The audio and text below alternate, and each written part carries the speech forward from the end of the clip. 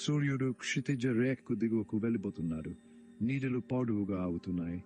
బృందావనం నిశ్శబ్దంగా మారుతోంది. కాని నిధివనంలో కాదు. ఇక్కడ సంధ్య సమయం అవుతున్న కొద్దీ గాలిలో ఒక శక్తి ప్రసరిస్తుంది. పవిత్ర నగరంలో ఉన్న నిధివన్ దేవాలయం సాధారణ పూజా స్థలం కాదు.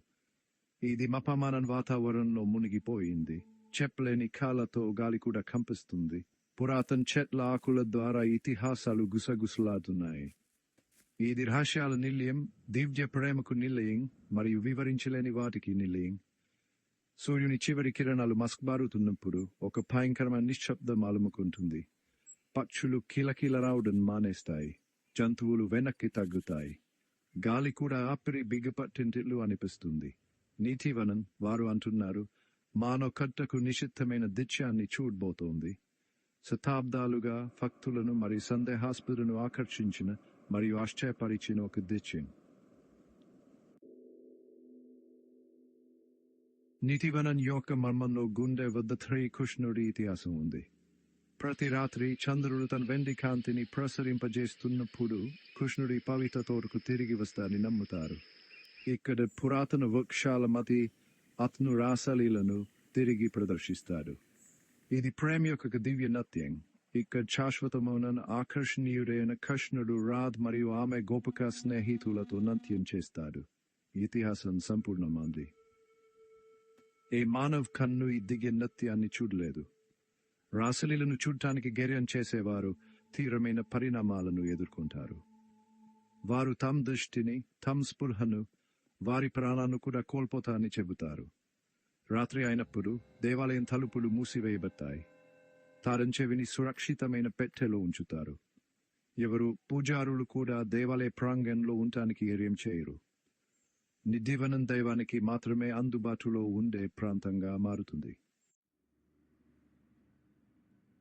ప్రతి ఉదయం తెల్లవారుజామున మొదటి కిరణాలు చీకటిని చీల్చుకుంటూ వెళ్ళినప్పుడు పూజారులు నీతివనంకు తిరిగి వస్తారు. వారు మునుపటి రాత్రి అద్భుత సంఘటనలకు ఆధారాన్ని కనుగొంటారు. దేవాలయ అంతస్తులు మర్మంగా దుమ్ము దులుపుకుంటారు. పూలమాలలు చెల్లా చెదురుగా ఉన్నాయి. గొప్ప వేడుకలో కొత్తగా ఉపయోగించినట్లుగా చందనం మరియు ధూపం వాసనతో గాలి భారీగా ఉంటుంది. నైవేద్యాలు జాగ్రత్తగా తయారు చేసి దేవతల ముందు ఉంచుతారు. భజనలు మరియు కీర్తనలు, భక్తి గీతాలు గాలిని నింపుతాయి. మొత్తం వాతావరణం ప్రశాంతంగా, ఉత్తేజకరంగా ఉండే శక్తితో నిండి ఉంటుంది. ఈ దినచర్యలు భక్తుల చంచలమైన విశ్వాసానికి నిదర్శనం. ప్రతి రాత్రి నీతివనాన్ని అలంకరించే దిశానిత్యానికి ఒక నిశ్శబ్దమైన అంగీకారం. నీతివనంలోని చెట్లు మరి ఇతర చెట్లలాగా ఉండవు. వంకరగా మరియు ముడిపడి అవి శతాబ్దాలుగా దివ్య ప్రేమకు నిశ్శబ్ద సాక్షులుగా నిలుస్తాయి. ఈ చెట్లు కృష్ణుడితో నచ్చేసిన గోపికలే అని ఇతిహాసం చెబుతోంది.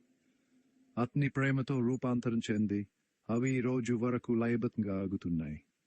వాటి కొమ్మలు పెనవేసుకుని శాశ్వత సంధ్యా సమయంలో దేవాలయాన్ని కప్పు ఉంచే సహజ పందిరిని ఏర్పరుస్తాయి. నిధివనంలోని చెట్లు రాత్రిపూట మాత్రమే వికసిస్తాయని చెబుతారు. వాటి సువాసన గాలి ద్వారా తషనరక్ గాలిని ఒక మత్తు సువాసనతో నింపుతుంది. ఈద్ భక్తులు నమ్ముతారు కృష్ణుడి ప్రేమ యొక్క సువాసన ఈ పవిత్ర తోటలో వ్యాపించుంచంలో ఒక స్పష్టమైన జ్ఞాపకం ఇది. శతాబ్దాలుగా చాలా మంది నీతివనం యొక్క ఇతిహాసాన్ని ఎక్తారి చేశారు. ఉత్సుకత లేదా సందేహంచే నడిపించబడి వారు పవిత్ర నియమాన్ని గార్యం చేశారు. వారు సూర్యాస్తమయం తర్వాత దేవాలయంలో ఉండటానికి ప్రయత్నించారు. దివ్య నృత్యాన్ని చూడాలని ఆశించారు. కానీ ఎవరూ విజయం సాధించలేదు. రాత్రిపూట ఉండటానికి ధైర్యం వారిని మన్రి ఎప్పుడూ చూడలేని ఇతిహాసం చెబుతోంది. కొందరు వారికి కళ్ళు కనిపించకుండా పోయాయని నమ్ముతారు.